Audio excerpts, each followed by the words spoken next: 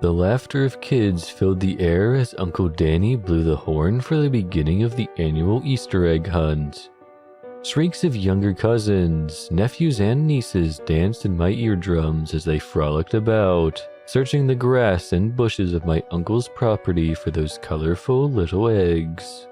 Alas, I had just turned 16, and had finally grown out of those childish habits. The last few years I went along with the little ones' pleas, and I would join them in their hunt. But times had changed, and I was more interested in more grown-up things, like getting to eat at an actual table this year, and not some little pull-out poker table that was too short for my teenage body. "So, you saw the new changes?" Jacob asked me with an overwhelming hint of sarcasm. Jacob and I got along very well, despite the 3-year age gap.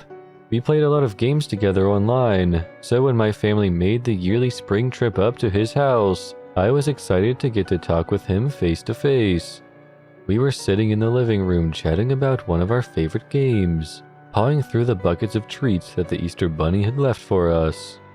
I finally decided upon a boxed chocolate bunny.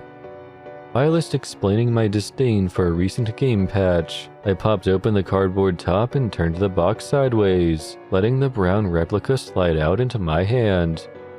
I looked up at my cousin. "You ain't gonna lecture me on ruining my dinner?" Jacob laughed, then waved his hand. "I couldn't give less of a damn. Go for it." I chuckled as well, then chomped into the head of the chocolate mass. My teeth broke through its surface immediately, and my heart jumped at the surprise. Guess I didn't see that it was hollow. Cheap companies. Why make a chocolate bunny if you're not gonna... That's when I hit the liquid. It was gooey and thick, like a maple syrup of some kind, so I thought it was a filling. But then came the taste. Metallic. After that, the feeling of some stringy, fibrous mass getting stuck between my teeth. My brain raced to try and understand the weird collection of textures and tastes that were rushing at me, and when I couldn't, I spit out whatever I already had onto the floor. Meat. Meat and blood were staining my uncle's living room carpet. I stared into that bunny's neck, seeing the dripping crimson ooze coming out. I tried to tell myself that it was just filling. Strawberry jam, raspberry, cherry. But the taste only solidified in my mouth the longer it went on, and I was nearly in tears as I came to the truth. "Oh, Peter, no more of that. Dinner's ready. You'll spoil your appetite."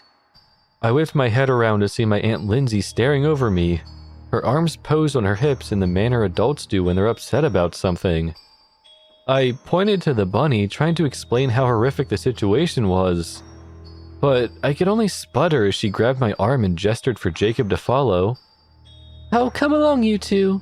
Now, Peter, I know you're 16 this year, which means you get to join us at the adult table. Isn't that nice?" My mouth still struggled to make sounds as Lindsay took us into the dining room, but it quickly gave up trying. A man was strewn out across the table. His thighs in my mother and father's mouths, his arms on my grandmother's plate, and his head and torso naked and burned in the center of the table. Uncle Danny was cutting into the man's back with a fork and knife. I watched as he took the piece, placed it on his plate, then smiled at me. "Petey, come on, have a seat."